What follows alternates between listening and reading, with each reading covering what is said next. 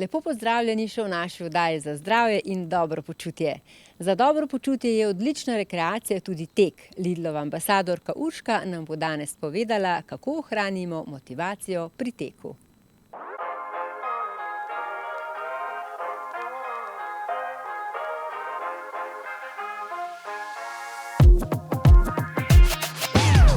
Urška, kako se ne naveličaš teka? To je eden izmed tistih najpogostejših vprašanj, ki jih dobim v povezavi s tem športom. Moj odgovor je zelo kratek in jedrnat.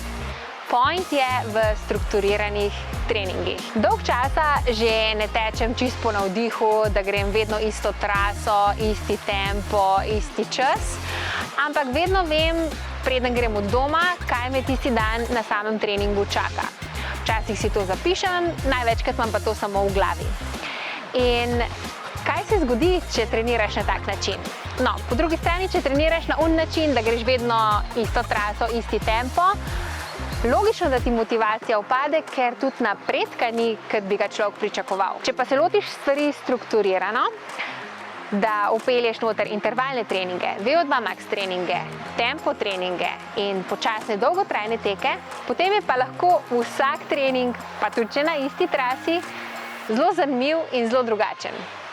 Pa gremo po vrst čisto na kratko pogledati vsak segment. Intervalni tip treninga je tisti, ki v nogah zbudi hitrost. Teh treningov ni veliko. Želiš pa v bistvu v noge povabiti tisto hitrost, občutek, koliko lahko hitro tečeš, in te intervali morajo biti kratki. Ne delaš na nivoju vzdržljivosti, ampak delaš na nivoju hitrosti.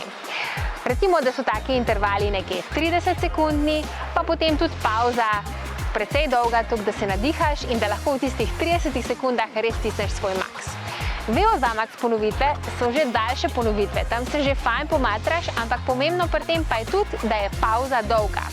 Lahko rečemo, ne vem, 2 kroga na štadionu, recimo 800 metrov ali pa 600 metrov in potem toliko časa, kot porabiš za tek, vsaj toliko časa, se pravi nekje 3-4 minute pauze in več intervalov tega.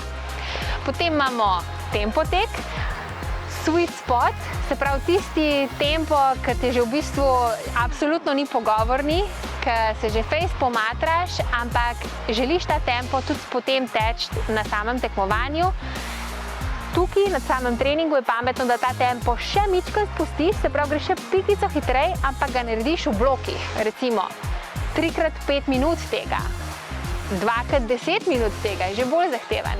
V glavnem na ta način res delaš na svoji vzdržljivosti. In pa potem dolgi teki, nizek puls, te pa ponavadi greš delati na drugo traso, želiš raziskovati, želiš, da tek poteka v coni 2, nafilaš svojo dušo, tečeš dalj časa, recimo kakšno uro, in ti teki so tisti, ki gradijo našo bazo. Ko imaš to vse v glavi, potem veš, da tek nikoli ni dolgočasen. In upam, da vam te informacije odgovorijo na vprašanje, kako se nikoli ne bom naveličala teči.